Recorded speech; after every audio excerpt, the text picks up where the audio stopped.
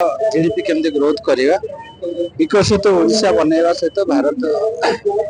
जो टार्गेट रखी 2047 से मेन ऑब्जेक्टिव माननीय मुख्यमंत्री निर्देश नेतृत्व जो आम भारत वर्षर स्वाधीनता पर एत बड़ गोटे इवेंट हो निश्चित भाव में आम बहुत निजक गर्व एवं गौरव अनुभव करुचे।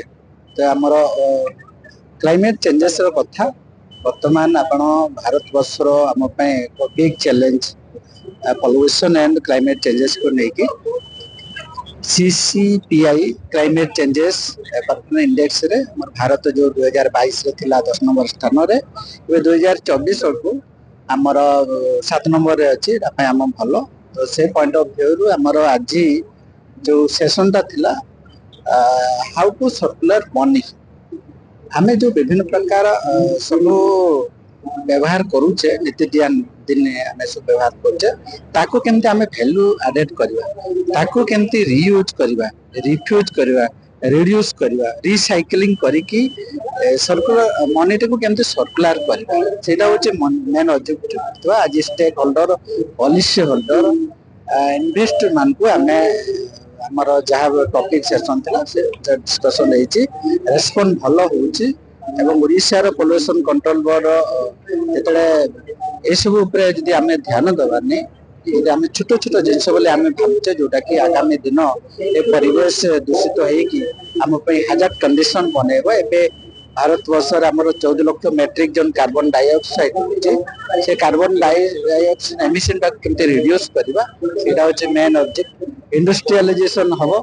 निश्चित भाव में आम डेवलपमेंट इंडस्ट्री भी दरकार निश्चित ता सहित आम जिनसटा को व्यवहार करके फिंगी दौचे ताकू न करिके आमे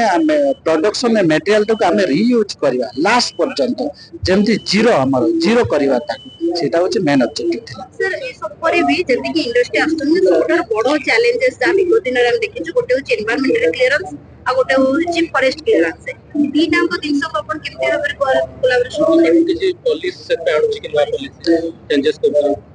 एक्जिस्टिंग पॉलिसी अच्छे बट आमे ताकू केमती क्लोज मॉनिटरिंग करिके सेमान को ठीक स्ट्रीमलाइज करिवार होची मेन कथा अच्छे। निश्चित भाव में राज्य सरकार एतगरे अधिकार अधिक गुरुत्व देले जे हमर जो साधारण लोकंकर जीवन जीविका सहित जड़ित अच्छी तांकर लाइव सपोर्ट सहित जड़ित अच्छी राज्यर हमर जीडीपी सहित जड़ित अच्छी एवं विकसित ओडिशा सहित जड़ित अच्छे। वेस्ट प्रोजेक्ट आमे केमती पैसा आमे बाहर करवा लोक केमती रोजगार दबा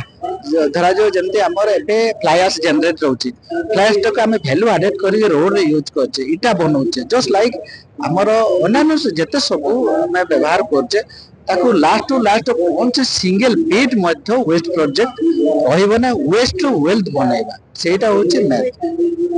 सर एबे गोटे घटना आपण देखिथिबे दया नदी जो बड़ी भाबरे पोल्यूशन अर्थात जो भी इंडस्ट्री होचे समस्त नदी को पानी छाडुचते आपण माने अंत देखिबा वेस्ट मैनेजमेंट ठीक से बने आ ऊपर कोन गुरुत्व केन देबे आपण निश्चित भाव में जड़र जो अच्छे आमर बोर्ड अच्छे वाटर पोल्यूशन जो बोर्ड अच्छे ताकू ठीक आम स्ट्रेंथनिंग करिवार अछि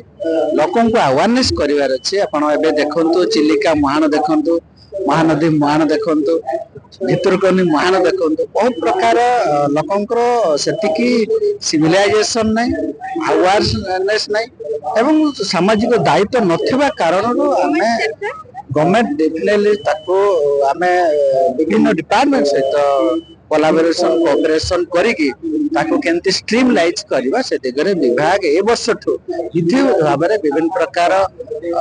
एमान को विभिन्न फोरम रे 3 मास 4 मास हमें ताको सहित कोऑर्डिनेशन मीटिंग करिकी